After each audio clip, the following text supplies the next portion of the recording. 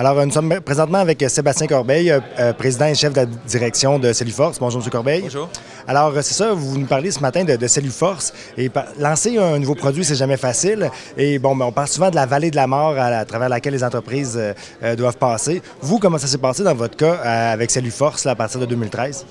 Bien, c'est certain qu'on a investi beaucoup dans l'usine de production initialement et dans l'opération de cette usine-là parce que la stratégie à cette époque était de construire l'usine et de mettre le produit sur le marché en pensant que les clients étaient pour venir acheter le produit.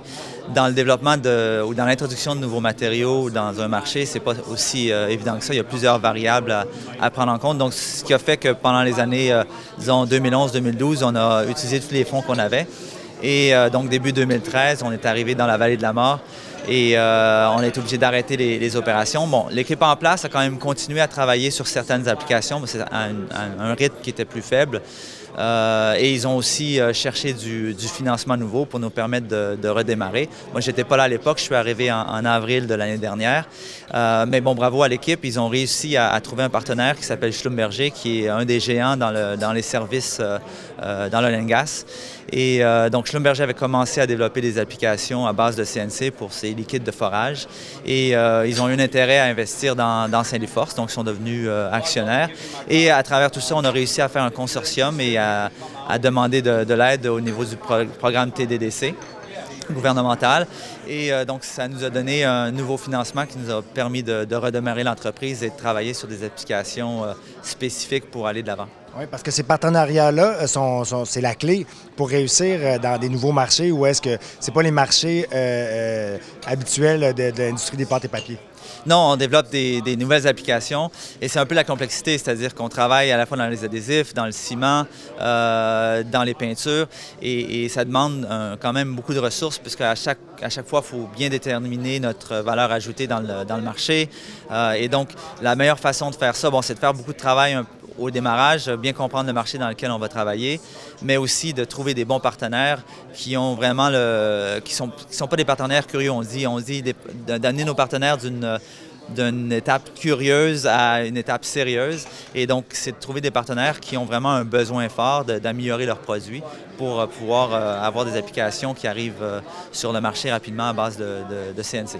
Oui, puis vous avez parlé, bien, on fait toujours des erreurs, des leçons que vous avez apprises, entre autres de mieux cibler les applications parce qu'on peut faire plein de choses avec la nanocellulose cristalline, mais quand on arrive pour la commercialiser, il faut mieux cibler. Est-ce que vous pouvez me parler un peu de cette problématique-là? Oui, bien, quand je suis arrivé, très rapidement, on a fait une liste des applications potentielles. Notre approche, comme j'ai dit initiale, était plutôt de produire et attendre que les clients viennent vers nous. Donc, on a eu beaucoup de demandes parce que c'était un nouveau matériau. Une des premières choses qu'on a fait, c'est de faire une liste d'applications. On a trouvé une centaine qui étaient à la fois la rhéologie pour les liquides de forage, sur les implants dentaires, donc vraiment dans différents secteurs. Et à travers cette liste, on a cherché quelles étaient les applications qui iraient le plus vite au marché. Qui seraient commercialisées le plus rapidement possible. On est arrivé avec une liste de six secteurs avec des sous-applications.